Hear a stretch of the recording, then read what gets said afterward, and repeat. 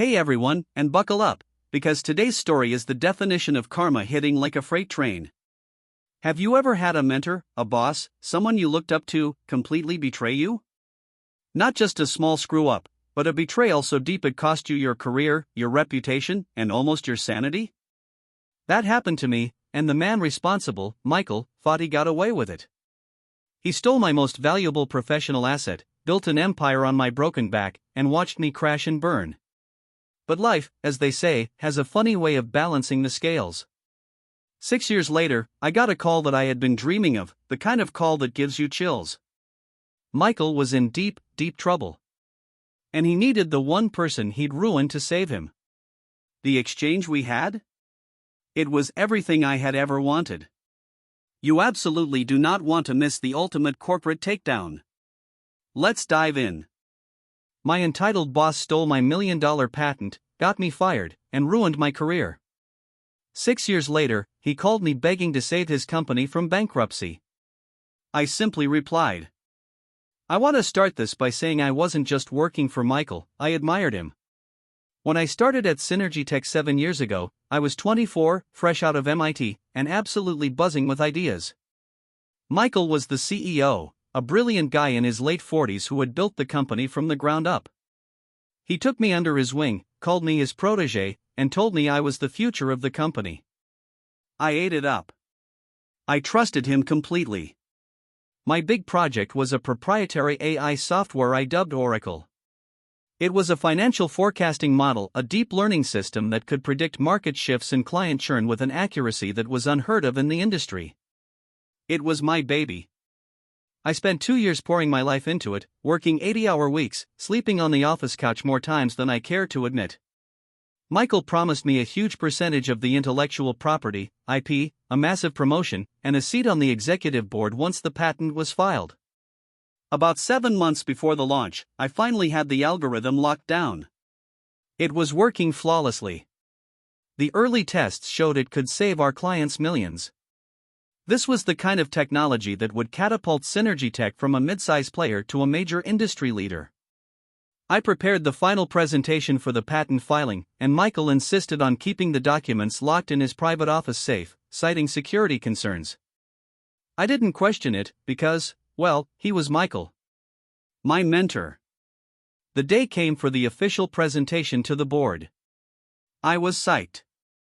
I had my suit dry cleaned, my notes memorized, ready to unveil 2 years of my life's work. I walked into the conference room, and Michael was already standing there, beaming. Except he wasn't looking at me, he was looking at the board, who were all gathered around his laptop. He didn't even acknowledge me. He started the presentation. And he presented my work. My exact slides, my data, my proprietary model. He used the name Oracle, but he never once mentioned my name. When he finished, the board was stunned. Applause erupted. A few of them were already whispering about a valuation that easily topped $50 million for the patent alone. Michael took a bow, accepted the praise, and then finally looked at me, giving me the kind of cold, dismissive nod you give to the guy who brought the coffee. I was confused. I waited until the board members started filtering out. I walked up to him, my voice shaking. Michael, what was that? Where was my IP credit? The board should know I developed this. He just smiled, that perfect, tailored suit smile that never reached his eyes. Jake, you're young. You need to understand how the business world works. You were an employee. Synergy Tech owns the product, and as CEO, I own Synergy Tech. I felt my blood run cold. But we had an agreement. The percentage, the board seat. He leaned in close, his voice dropping to a condescending whisper. Did we have a signed contract detailing that, Jake? Or was it just a verbal agreement between a boss and a very naive junior developer? He patted my shoulder like I was a clumsy intern. You should have gotten it in writing, kid. Rookie mistake. I argued, I pleaded, I demanded to see the patent filing. He just laughed. The filing is already done. It's in my name, as the inventor on behalf of the company. It's legally sound. You should be proud you contributed so much to the firm. I was devastated. I went straight to HR, then to the corporate lawyer I knew. They all confirmed the brutal reality. My employment contract stipulated that all work developed during my tenure belonged to the company. Michael had simply cut me out of the promised compensation and credit. He didn't just steal my work, he stole my future. When I tried to raise the issue again the next day, Michael was ready for me. He called me into his office, and instead of just dismissing me, he launched into a full character assassination. "You're too ambitious, Jake. You're causing trouble. You lack maturity. And frankly, your attempts to spread internal discord after the successful patent filing are disruptive." He had a security guard standing at the door. "I'm terminating your employment, effective immediately. Security will escort you out. Good luck finding another job in this industry, given the non-compete you signed." He had me marched out of the building. My box of belongings was waiting for me at the curb.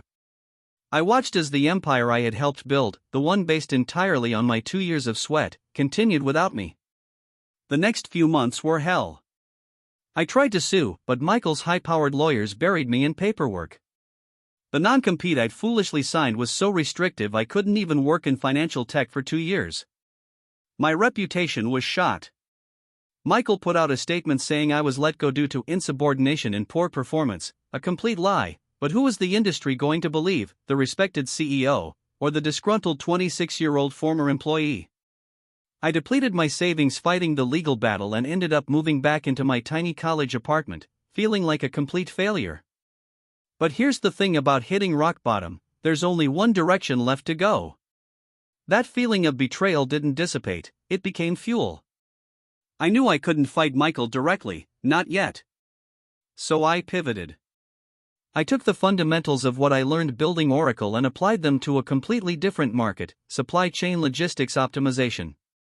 It was complex, messy, and totally outside Michael's financial tech bubble. For the next 6 years, I worked relentlessly. I took low-paying freelance jobs to pay the rent while building my new software in secret. I learned to code cleaner, negotiate tougher, and, most importantly, I learned to protect my intellectual property like it was gold. I registered my new company, Phoenix Software, with every possible legal safeguard. It took time, but my new software, which focused on predictive analytics for global shipping routes, started gaining traction. It was revolutionary for that market. Companies saved millions using my platform. By the time I hit 32, Phoenix Software wasn't just profitable, it was dominating its niche. I had moved into a beautiful office, hired a solid team, and had enough financial security that I finally stopped checking my bank balance every morning in a panic. I had become the successful entrepreneur Michael had pretended to be. Meanwhile, Synergy Tech, Michael's company, started showing cracks. Oracle, the software he stole, was a good concept, but Michael didn't understand the algorithms behind it. He kept using it to impress clients but refused to invest in updating the core architecture. Technology evolves fast, and within 5 years, Oracle was running on outdated protocols. Competitors started offering better, more flexible products. Synergy Tech started losing major clients. I tracked their decline casually, a minor hobby, really watching their stock price slowly erode. It wasn't enough for revenge, I wanted annihilation. Then, 3 months ago, I saw the headline, Synergy Tech CEO Michael B.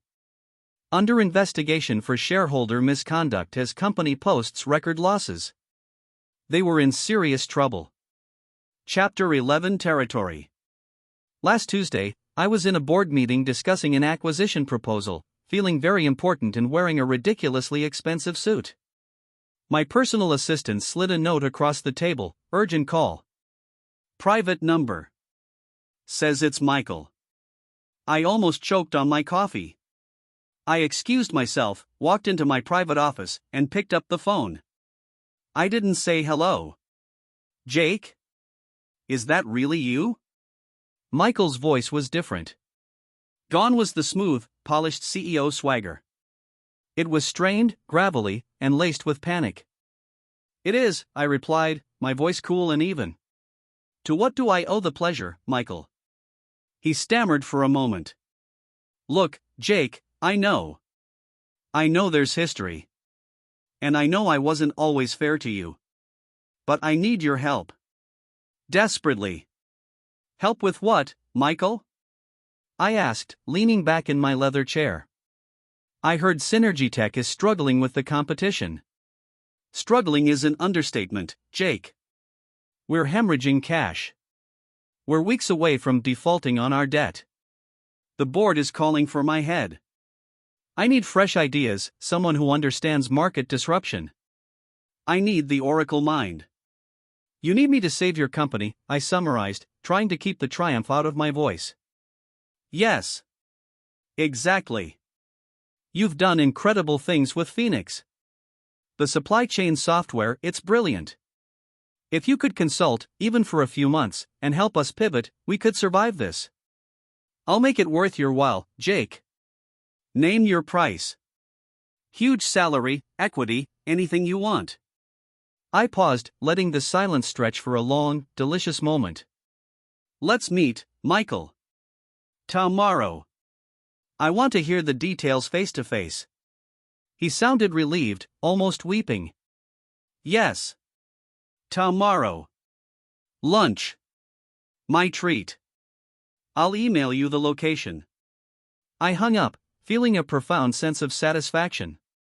I wasn't meeting him to consult, I was meeting him to perform the final rites. The next day, I arrived at a ridiculously fancy steakhouse downtown. Michael was already there, but he looked like a shadow of his former self. His suit was still expensive, but it hung on him, and his face was etched with worry lines. He practically leaped out of his seat when he saw me, reaching across the table to shake my hand with a desperate grip. Jake! Thank you for coming. I sat down, my expression neutral. Let's not waste time, Michael. Cut to the chase. What exactly do you need Phoenix Software to do? He spent the next 20 minutes outlining their crisis.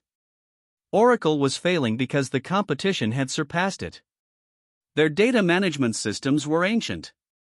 Their board was demanding a complete overhaul and a massive new investment, which they couldn't afford. He needed my expertise to develop a new proprietary system, essentially a replacement for the software he had stolen from me, and he needed me to introduce him to my venture capital contacts. I need your genius, Jake, he pleaded, his voice cracking. I've made mistakes. I admit it. But we can put the past behind us. Synergy Tech can be great again, with you on board. I waited until the waiter had placed our ridiculously expensive main courses in front of us. I looked at the perfectly seared steak, then at Michael's desperate eyes. You're right, Michael, I said softly, picking up my knife and fork. We should talk about the past. Because the past is exactly why we're here. He tried to wave it off. Come on, Jake, that was 6 years ago. It was business. We were both young and... No, I interrupted, my voice sharp enough to cut glass. You were 48 and I was 26. You were a CEO and I was your employee. It wasn't business, Michael. It was theft. You stole my IP, filed the patent in your name, and then you destroyed my career and my reputation. You made sure I couldn't work in the industry for 2 years. You watched me lose my savings fighting a futile legal battle. Michael stammered. I was under pressure from the board. I thought it was what I had to do to protect the company. No, you did it to protect your bonus, I corrected. You used my blood, sweat, and intellect to line your pockets and secure your position. And now, you want me to save you? He started to grovel, the entitlement finally cracking under the pressure. I'm sorry, Jake. Truly. What can I do to make it right? Whatever consultancy fee you want, $500K? $1 million? Phoenix can acquire Synergy Tech for a low price, and you can lead both companies. I'll step down as CEO. Whatever you want. I put down my fork. I leaned across the table, making sure he saw the cold, hard conviction in my eyes. You think you can put a price tag on what you did, Michael? You think a paycheck can erase years of struggle, the lost career opportunities, the financial ruin you inflicted on me? The price you're offering is money. And money is exactly what I don't need from you. I paused, savoring the moment. He was hanging on to my every word, hope clinging desperately to his eyes. Do you know what the real cost of betrayal is, Michael? I asked. It's realizing that you threw away your most loyal, most valuable asset, not for a gain, but for temporary ego gratification. You lost a fortune when you stole from me, because if you had been honest, I would have updated Oracle, kept Synergy Tech ahead of the curve, and we both would be billionaires today. He opened his mouth to protest, but I didn't let him. You asked me what I want. You asked me to name my price for saving Synergy Tech. I looked straight at him. My price is non-negotiable, Michael. And it's very simple. I want to watch you fail. I want to watch Synergy Tech declare bankruptcy, I want to watch the bank seize your assets, and I want you to face the criminal charges the SEC is investigating. The color completely drained from his face. Jake, you can't be serious. You'd let thousands of people lose their jobs just for revenge? I'd let your company fail, yes, I confirmed. You were willing to let me lose everything for your ego. I'm willing to let your corporation collapse for my peace of mind. That is the fair exchange rate. I picked up the bill that the waiter had quietly placed on the table, glanced at the total, a ridiculous amount for lunch, and slid it back toward him. You can take care of that. After all, I didn't invite myself. And as for your desperation, I simply replied, no. I stood up, adjusted my cuffs, and walked away, leaving Michael sitting alone at the table, utterly defeated, staring at a massive bill and the smoking ruin of his stolen legacy. I heard the fallout within a week. Synergy Tech filed for Chapter 7 bankruptcy, total liquidation. Michael was forced to resign and is currently battling multiple lawsuits from disgruntled investors. Phoenix Software, meanwhile, is doing just fine. And every time I sign a new IP agreement, I remember Michael's greedy face. I got my revenge, and it was worth every single minute of the 6-year wait. The silence I imagine hanging over that steakhouse table is absolutely deafening. Jake's revenge was cold, calculated, and perfectly executed.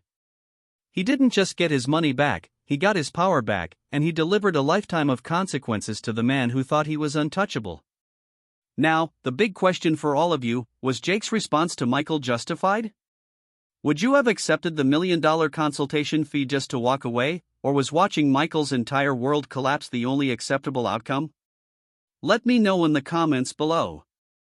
If you enjoyed this tale of ultimate corporate karma, please hit that like button, subscribe to the channel, and ring the notification bell so you never miss another video. See you in the next one.